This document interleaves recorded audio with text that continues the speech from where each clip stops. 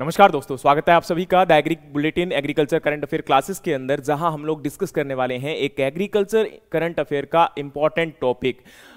जैसा कि आप लोग जानते हैं, पिछले कुछ सालों के अंदर खासकर जब से हमारा ग्रीन रेवोल्यूशन आया है उसके बाद एग्रीकल्चर के अंदर फर्टिलाइजर्स का प्रयोग काफ़ी बढ़ गया है। अब एग्रीकल्चर के अंदर फर्टिलाइजर्स के प्रयोग बढ़ने के कारण एक तो हमारा जो एनवायरनमेंट है उसके ऊपर काफ़ी नकारात्मक प्रभाव पड़ते चले जा रहे हैं। वाटर पॉल्यूशन हो रहा है, मिट्टी आपकी पॉल्यूट होती जा रही है, ह्यूमन बीइंग जो है उसमें बहुत सारी बीमारियां जो है इसकी वजह से आ रही हैं, एज वेल एज इस फर्टिलाइजर के ऊपर गवर्नमेंट के द्वारा सब्सिडी दी जाती है और इस सब्सिडी की वजह से इकोनॉमिक बर्डन भी भारतीय सरकार के ऊपर बढ़ता चला जा रहा है। तो भारतीय सरकार के द्वारा, या ये कह सकते हो कि एग्रीकल्चर साइंटिस्ट के द्वारा, बायोलॉजिकल नाइट्रिफिकेशन इनहिबिटर वेराइटीज को जो कि वीट की हैं इनको प्रोड्यूस किया जा रहा है, जिससे ये वेराइटीज फर्टिलाइजर्स के प्रयोग को काफी हद तक कम करने का काम करेगी, जिसकी वजह से जो फर्टिलाइजर बर्डन, एक सब्सिडी का बर्डन है भारतीय सरकार के ऊपर, वो कम हो सकता है। तो कैसे है ये बायोलॉजिकल नाइट्रिफिकेशन इनहिबिटर वेराइटीज होती क्या है, कैसे इनको प्रोड्यूस किया जाता है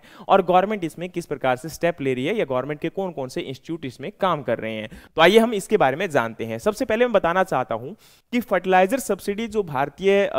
सरकार के द्वारा दी जाती है वो कुछ इस प्रकार से है कि आपको पता होगा कि आज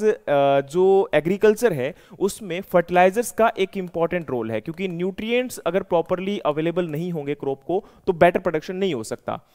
तो इसके लिए क्या किया है जाता है कि फर्टिलाइजर्स एक प्रकार से इंस्टेंटली न्यूट्रिएंट को अवेलेबल करवाने का एक बढ़िया सोर्स माना जाता है। लेकिन जो फर्टिलाइजर है इनका प्रयोग हमने काफी ज्यादा या काफी इंक्रीज कर दिया है पिछले कुछ सालों के अंदर। इसका कारण है एक तो फार्मर्स को प्रॉपर नॉलेज ना होने के कारण, दूसरा क्या होता है कि जो किसान हैं उन लोगों को प्रॉपर अवेयरनेस भी नहीं होती है, और इसके अलावा एक प्रकार से जो एक्सटेंशन सिस्टम है वो हमारे इंडिया में उतना अच्छा नहीं है, जिसकी वजह से ये कह सकते हो कि नॉलेज किसानों तक पहुंच ही नहीं पाती है, और इसी वजह से किसान लगातार फर्टिलाइजर्स का प्रयोग इंक्रीज करते जा रहे हैं और वो ये सोचते हैं कि फर्टिलाइजर का प्रयोग जितना ज्यादा किया जाएगा उतना ही प्रोडक्शन को बढ़ाया जा सकता है। हाँ, एक लिमिट तक फर्टिलाइजर बहुत ज्यादा यूजफुल होते हैं प्रोडक्टिविटी को बढ़ाने के लिए, लेकिन उसके बाद इनका प्रयोग ज्यादा करना वो नुकसानदेह भी हो सकता है। वो एक तो इकोनॉमिक कॉस्ट को इंक्रीज करता है और दूसरा जो सस्टेनेबल प्रोडक्शन है आने वाले टाइम के लिए उसको भी डिक्रीज करता है। अब अगर हम बात करें तो यहां पर भारतीय सरकार के द्वारा इन फर्टिलाइजर को परचेज करने के लिए सब्सिडी भी दी जाती है, मतलब इनको कॉस्ट इफेक्टिव किया जाता है। जैसे अगर हम बात करें तो 45 किलोग्राम, लगभग 45 किलोग्राम का एक यूरिया का बैग होता है, वो किसानों को 242 रुपए में पड़ता है, और इसमें आपके टैक्स और नीम कोटिंग फीस इंक्लूड नहीं है, मतलब आप इनको भी अगर इंक्लूड करोगे तो 260-70 के आसपास इसको मान सकते हो। ठीक है, अब क्या होता है कि एक्चुअल जो मार्केट कॉस्ट होती है इसी बैग की वो 2200 से लेके 3000 के बीच में होती है। तो यहां पर जो डिफरेंस होता है इन दोनों के बीच में, अब ये जो सब्सिडी है वो भारतीय सरकार के द्वारा दी जा रही है, लेकिन जो भी इस यूरिया को मैन्युफैक्चर करेगा या इंपोर्ट करेगा किसी दूसरी कंट्री से, उनको तो अब ये पे करना पड़ेगा, और वो पे कौन करता है? भारतीय सरकार करती है। तो एक प्रकार से वो कंपनसेशन भारतीय किसानों को दिया जा रहा है सरकार के द्वारा। और अब यहां पर देखा गया कि 2024-25 के अंदर जो रिवाइज्ड एस्टिमेट बजट था उसके अकॉर्डिंग 1.29 लाख करोड़ रुपीस इस सब्सिडी के लिए दिए गए थे, लेकिन बाद में ministry of chemical and fertilizers का डेटा सामने आया कि जिसमें एक्चुअल सब्सिडी जो यूरिया के लिए दी गई थी वो लगभग 1.3 लाख करोड़ रुपीस हो चुकी थी, मतलब एस्टिमेशन से भी काफी ज्यादा यहां पर सब्सिडी प्रोवाइड करवाई गई। अब देखिए इसमें चैलेंज क्या है, मतलब फर्टिलाइजर सब्सिडी देने से क्या नुकसान हो रहा है। एक तो गवर्नमेंट के ऊपर इकोनॉमिक बर्डन बढ़ रहा है, यानी कि फिस्कल जो एक प्रकार से यहां पर रिसोर्सेस है गवर्नमेंट के ऊपर, उनके ऊपर बर्डन बढ़ेगा, और दूसरा क्या होगा, एनवायरमेंट के ऊपर भी चैलेंजेस है, क्योंकि देखो अगर लो कॉस्ट में कोई चीज अवेलेबल होती है तो हम उसका प्रयोग भी ज्यादा करते हैं ना, तो वही हालात है। केमिकल फर्टिलाइजर्स को ओवर यूज करने की वजह से मिट्टी हमारी खराब हो रही है, पानी आपका पोल्यूट हो रहा है, और ग्रीन हाउस गैस का भी इमिशन हो रहा है, क्योंकि आपको पता है यूरिया जो है वो कन्वर्ट हो जाता है अमोनिया या फिर आपका नाइट्रस ऑक्साइड के अंदर, जिसकी वजह से फर्दर वो ग्रीन हाउस गैस का काम करती है। अब अगर हम बात करें तो इस बजट के अंदर 2025-26 के बजट में भी सेकंड लार्जेस्ट कंपोनेंट है फर्टिलाइजर सब्सिडी, जिसके अंदर बजट दिया गया है, और ये टोटल बजट आपका कितना है, लगभग 1.65 लाख करोड़ रुपीस है, जो कि अपने आप में फिर एक यहां पर अगर हम बात करें तो यूरिया के ऊपर सब्सिडी इसमें है 1.19 लाख करोड़, और जो न्यूट्रिएंट बेस्ड सब्सिडी है यहां पर अदर फर्टिलाइजर्स के लिए वो है आपकी 45,000 करोड़ रुपीस, यानी कि टोटल आपका बजट इसके लिए एलोकेट हुआ है 1.65 लाख करोड़ रुपीस, जो कि यहां पर ये कह सकते हो कि इस फर्टिलाइजर सब्सिडी को किसानों को पे नहीं किया जाता, कंपनियों को डायरेक्टली पे किया जाता है। और एक चीज और याद रखना कि pay to fertilizer producer to keep fertilizer price affordable for farmer, यानी कि डायरेक्टली ये पैसा उन कंपनियों के खाते में जाएगा ताकि किसान जब इसको परचेज करे तो वो लो प्राइस पर ही इसको परचेज करे। तो न्यूट्रिएंट बेस्ड सब्सिडी के ऊपर भी मैंने एक पूरा का पूरा लेक्चर आप लोगों के लिए बनाया हुआ है, डिस्क्रिप्शन के अंदर मैं लिंक भी अवेलेबल करवा दूंगा, उसको जाकर जरूर देख लेना क्योंकि वो भी आपके लिए उतना ही जरूरी है इसको समझने के लिए, ठीक है। तो ये आपकी यहां पर सब्सिडी दी जा रही है और इस प्रकार से इस बजट के अंदर इतना एलोकेशन इसके लिए हुआ है। अब बात करते हैं कि यहां पर क्या अल्टरनेटिव है जो कि अभी रिसेंटली आने वाले टाइम के अंदर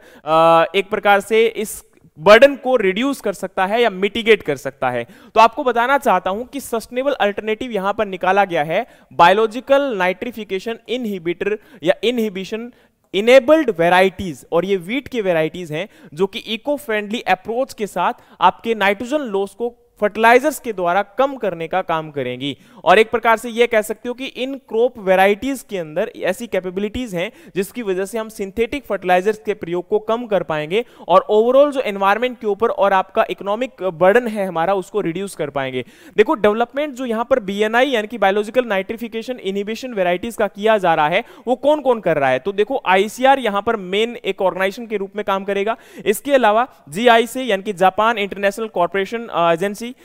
GIRCS यानी कि Japan international research centre for agricultural science, और इसके अलावा BIC यानी कि बोरलोंग इंस्टीट्यूट ऑफ साउथ एशिया, और सिमिट यानी कि इंटरनेशनल मेज एंड वीट इंप्रूवमेंट सेंटर। तो यहां पर नेशनल और इंटरनेशनल इंस्टीट्यूट्स मिलकर इसके ऊपर काम कर रहे हैं ताकि इन वेराइटीज को, और ना कि केवल यही इंस्टीट्यूट्स है, इसके अलावा भी वर्ल्ड के अंदर भी इसके ऊपर काफी रिसर्च चल रही है। अब इन वेराइटीज को डेवलप किया जाएगा। ये वेराइटीज क्या है? Biological nitrification inhibition variety. अब ये होता क्या है? ये BNI प्रोसेस की अगर हम बात करें तो क्या है? देखो बायोलॉजिकल नाइट्रिफिकेशन इनहिबिशन वेराइटीज क्या होती हैं, इसमें आपकी प्लांट के अंदर एक कैपेबिलिटी होती है कि वो सोइल के अंदर जो नाइट्रिफिकेशन प्रोसेस है उसको रिड्यूस करने का काम करेगा या एक प्रकार से उसके ऊपर लगाम लगाने का काम करेगा। अब यहां पर क्या होता है आपको पता होगा, जैसे ही हम लोग फर्टिलाइजर्स आपकी मिट्टी में डालते हैं ये फर्टिलाइजर्स तुरंत नाइट्रिफिकेशन प्रोसेस के द्वारा कन्वर्ट होना स्टार्ट हो जाते हैं, यानी कि अमोनिया से ये नाइट्रेट फॉर्म में कन्वर्ट होंगे। और फिर आपको पता है कि जब लंबे समय तक पौधे के द्वारा इनको अवशोषित नहीं किया जाता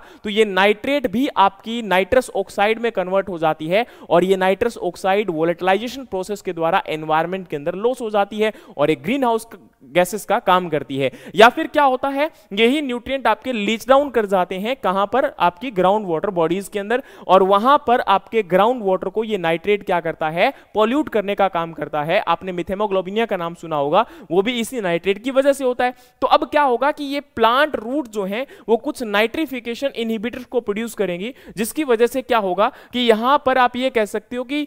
इन प्लांट की रूट से कुछ ऐसे कंपाउंड प्रोड्यूस किए जाएंगे और ये कंपाउंड क्या करेंगे? जो नाइट्रीफाइंग बैक्टीरिया होते हैं उनको रोक देंगे, यानी कि उनकी प्रोसेस को रोक देंगे। जो नाइट्रिफिकेशन के अंदर क्या होता है, एक तो आपका नाइट्रोबैक्टर नाइट्रोसोमोनास है ना, ये क्या करते हैं? नाइट्रिफिकेशन प्रोसेस को एनहेंस करते हैं। लेकिन यहां पर जो अमोनिया को ऑक्सीडेशन करने वाले एंजाइम्स होंगे उनकी एक्टिविटीज को ये कंट्रोल करने का काम करेंगी। अब देखो nitrification can lead to substantial nitrogen losses through gaseous emission and leaching, diminishing the fertilizer effectiveness and pollution water. अब क्या होता है कि जैसे ही हम लोग फर्टिलाइजर डालते हैं नाइट्रिफिकेशन प्रोसेस स्टार्ट हो जाती है, या तो उसके बाद प्लांट पौधा कुछ अपटेक कर लेगा, बाकी रिमेनिंग क्या होती है कि नीचे चली जाती है, यानी कि लीच डाउन कर जाती है, या फिर आपका रन ऑफ लॉस हो जाता है, या फिर एनवायरमेंट के अंदर गैसियस फॉर्म में चली जाती है।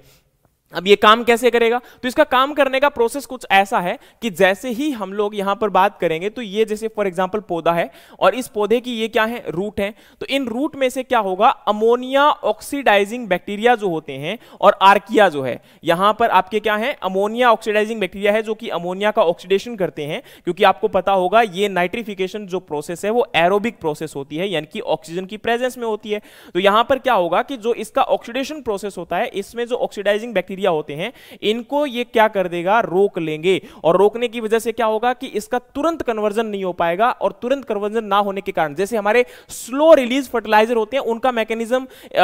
ऐसा तो नहीं होता, वो अलग होता है थोड़ा सा। उसमें क्या रहता है कि आपके जो बायोलॉजिक स्लो रिलीज फर्टिलाइजर्स होते हैं वो धीरे धीरे रिलीज होते हैं। उसी प्रकार से इसमें भी क्या होगा कि अमोनिया एकदम से नाइट्रेट में कन्वर्ट नहीं हो पाएगा, जिसकी वजह से उसका लॉस काफी हद तक रुक जाएगा, इमिशन रुक जाएगा, डीनाइट्रिफिकेशन सॉरी आपका जो उसके बाद प्रोसेस के अंदर लॉस होता है वो रुक जाएगा। तो ओवरऑल यहां पर लॉसेस जो है वो कंप्लीटली रुक जाएंगे। और ये बीएनआई कंपाउंड कौन कौन से होंगे, तो ये फिनोलिक एसिड हो सकते हैं या फिर आपके सेकेंडरी मेटाबोलाइट हो सकते हैं, जो कि इस रूट में से क्या करेंगे, इमर्ज करेंगे। ठीक है, तो यहां पर क्या हो जाएगा कि बीएनआई यानी कि बायोलॉजिकल नाइट्रिफिकेशन इनहिबिशन प्रोसेस के द्वारा आपकी जो अमोनिया से नाइट्रेट बनने की प्रोसेस है वो स्लो डाउन हो जाएगी, रिड्यूस हो जाएगी, जिसकी वजह से जो एकदम से अवेलेबिलिटी बढ़ जाती है मिट्टी के अंदर और पौधा उनको एब्जॉर्ब भी नहीं कर पाता। क्योंकि देखो सारा का सारा नाइट्रोजन पौधा एकदम से अपटेक नहीं करने वाला, वो धीरे धीरे अपटेक करता है। तो उस प्रोसेस के अंदर आपका न्यूट्रिएंट तो सारा एक टाइम पर अवेलेबल हो जाता है, तो जिसकी वजह से ना तो वो पौधा उसको अच्छे से अपटेक कर पाता,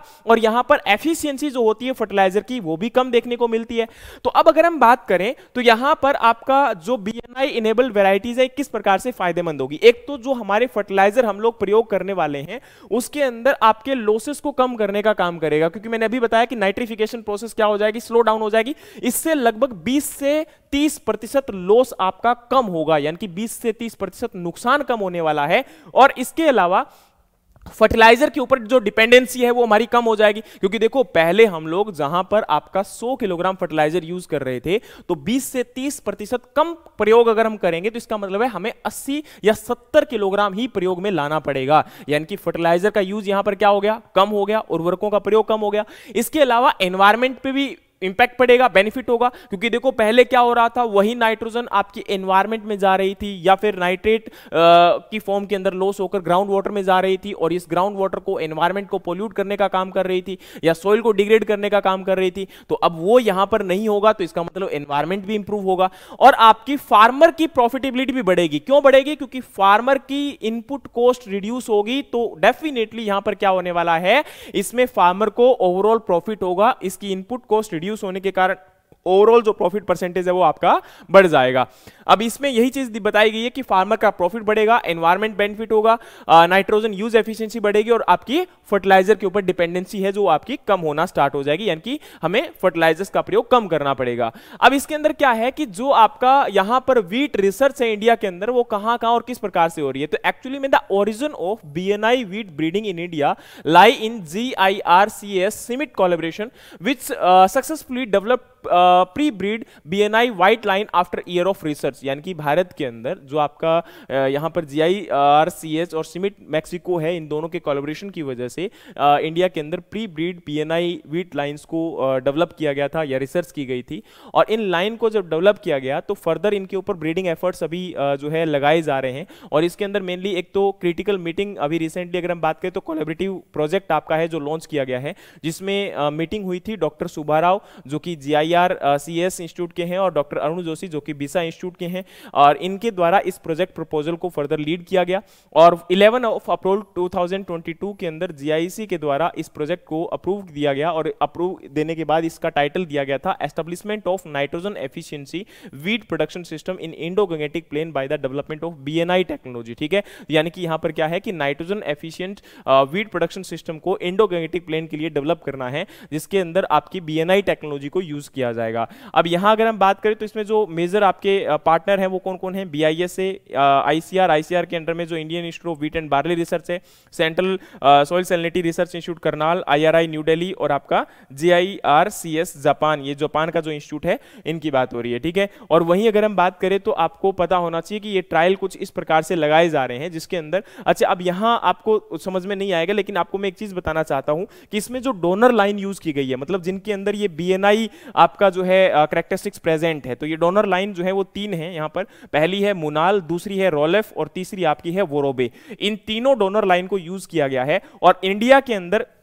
मेनली यहां पर क्रॉस और बैक क्रॉस किया जा रहा है। इंडिया की कुछ वीट की वैरायटीज हैं जिसके अंदर DBW 303, DBW 187, DBW 222, DBW 110 और आपका DBW 222 और 327 और HI 1612 और इसके अलावा 7 सिमिट मैक्सिको की जो एडवांस लाइन है जिनको यहां पर यूज किया जा रहा है। और इसके अंदर यहां पर ये कह सकते हो कि इन डोनर लाइन के साथ इनका क्रॉस और बैक क्रॉस करवाया जाएगा, जिसके थ्रू आपके जो कैरेक्टरिस्टिक्स हैं उनको डेवलप किया जाएगा। अच्छा, इन वैरायटीज को आपके एग्रोनॉमिक कैरेक्टरिस्टिक्स, इनके डिजीज रेजिस्टेंस और इनके अंदर फर्दर ये कह सकते हो जैसे अगर वो किसी और पर्टिकुलर कंट्री के अंदर इनको ग्रो करवाया जाएगा तो वहां के पर्सपेक्टिव इनके अंदर कोई पर्टिकुलर अगर कोई डिजीज नहीं होना चाहिए, वो सब चीजों को यहां पर देखकर इनके ट्रेड्स को ऑब्जर्व करके और फिर इनको यूज किया जा रहा है ताकि यहां पर आने वाली जो वैरायटी हम लोग डेवलप करें वो एक डिजीज रेजिस्टेंट भी होनी चाहिए। और क्योंकि देखो ऐसा ना हो कि हम किसी एक कैरेक्टर के ऊपर तो काम कर रहे थे, वो तो हमने डेवलप कर लिया, बायोलॉजिकल नाइट्रिफिकेशन इनहिबिशन तो हो गया,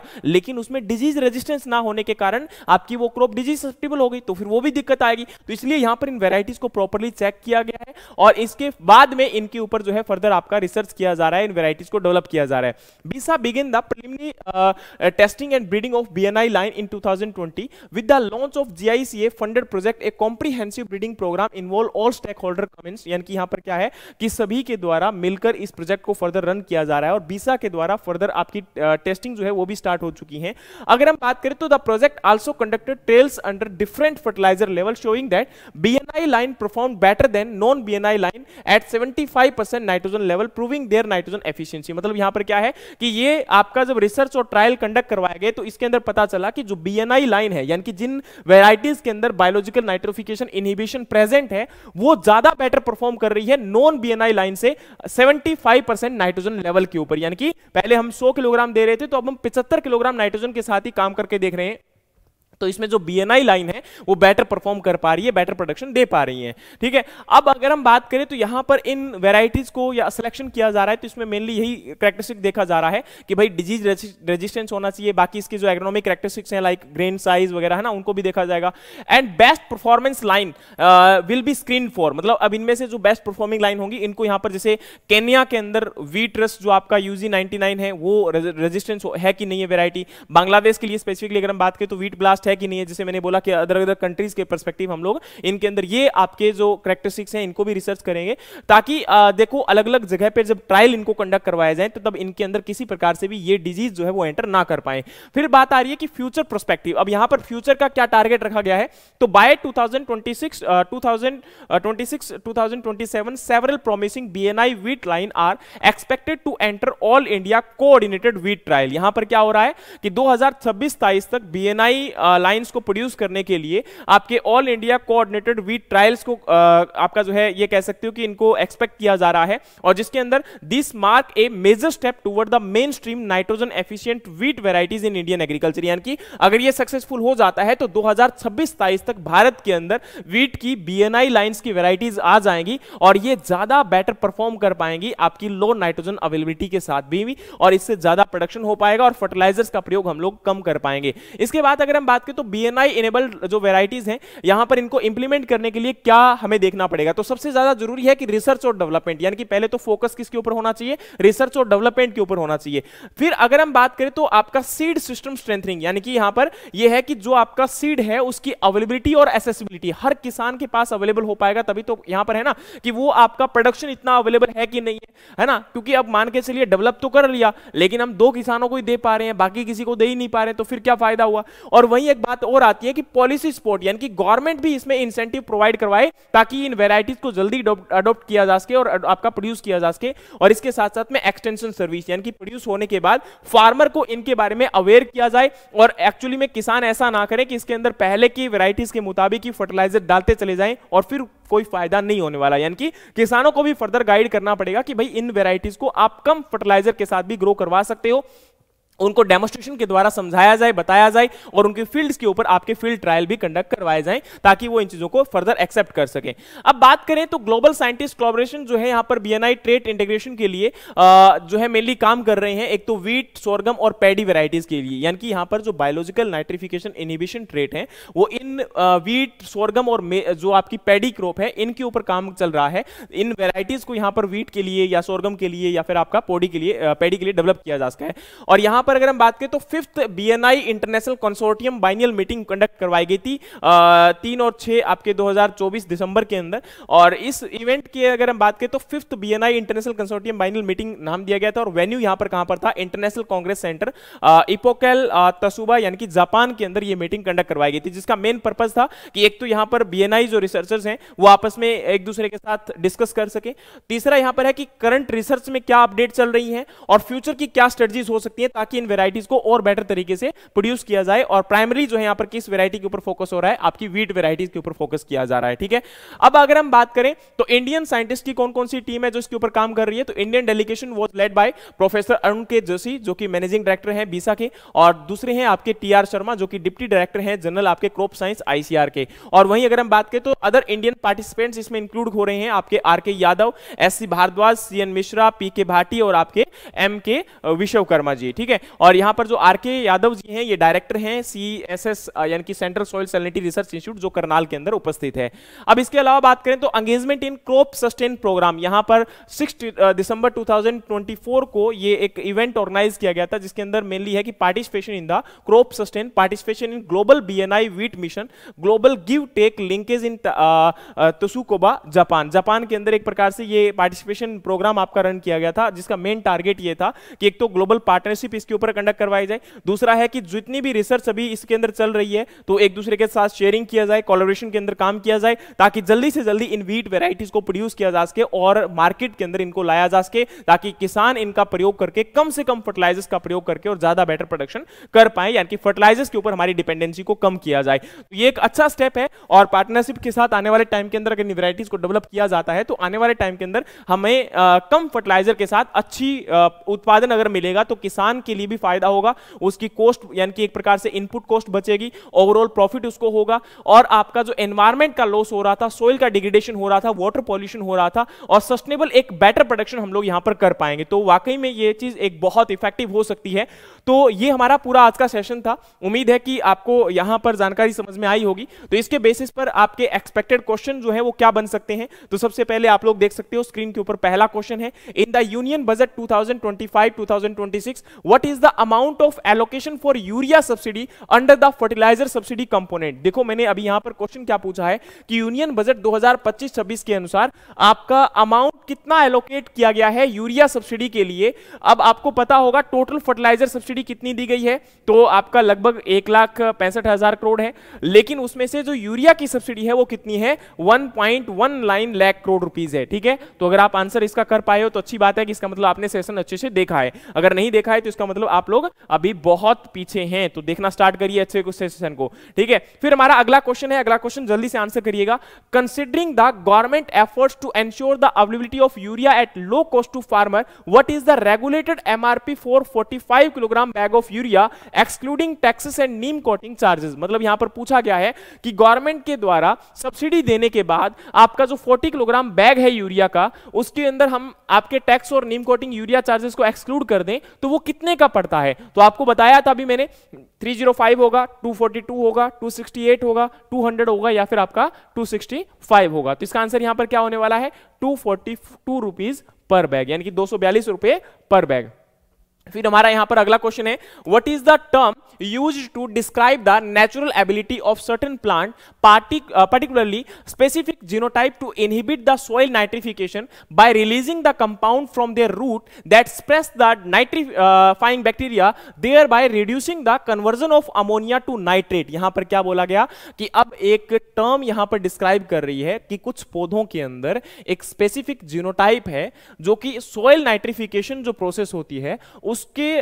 ऊपर काम करने या फिर उसके ऊपर उसको इनिबिट करने का काम करती है। इसका इनिबिशन कैसे होगा कि या जो प्लांट होगा जो भी यहां पर डीनाइट्रिफिकेशन करेगा, या ये कह सकते हो कि जिस प्लांट के अंदर आपका बायोलॉजिकल नाइट्रिफिकेशन इनिबिशन है उनके अंदर ये कह सकते हो कि कुछ रूट से केमिकल निकलेंगे जो कि नाइट्रीफाइंग बैक्टीरिया को क्या कर देते हैं, स्प्रेस कर देते हैं और आपका जो अमोनिया से नाइट्रेट कन्वर्जन है उसको स्लो डाउन कर देते हैं। तो यहां पर बायोलॉजिकल नाइट्रोजन फिक्सेशन है या आपका नाइट्रेट लीचिंग है, नाइट्रेट नाइट्रोजन मिनरलाइजेशन है, या सोइल एसिडिफिकेशन है, या फिर आपका बायोलॉजिकल नाइट्रिफिकेशन इनहिबिशन है। तो ये आपका बायोलॉजिकल नाइट्रिफिकेशन इनहिबिशन है। तो देखो ये दोनों अलग है, यहां पर ये प्रोसेस है आपका कि फिक्स हो रहा है और ये उसका क्या है, रिवर्स है। ठीक है, तो दोनों प्रोसेस को समझना जरूरी है। आप जल्दबाजी के अंदर कोई भी आंसर गलत करके मत चले आना, और इस प्रकार के क्वेश्चंस आपके बन सकते हैं इस पर्टिकुलर आपके टॉपिक से। ठीक है, तो ये 3 क्वेश्चंस को आप लोग जरूर लिख लीजिएगा, इनको याद कर लीजिएगा, क्योंकि यहां से आपके एग्जाम के अंदर क्वेश्चन आ सकते हैं। तो ये हमारा आज का सेशन था, जिसको मैंने कोशिश की कि आप लोगों के साथ अच्छे से डिटेल में जो है समझा सकूं, आपको डिस्क्राइब कर सकूं, और मैंने पूरा ट्राई भी किया। कहीं मिस्टेक हुई है तो मैं माफी चाहता हूं। बाकी आप लोग इसी प्रकार से प्यार देते रहिए। मिलते हैं आपके साथ नेक्स्ट किसी और इंपॉर्टेंट टॉपिक के साथ। तब तक के लिए जय हिंद, जय भारत, जय जवान, जय किसान।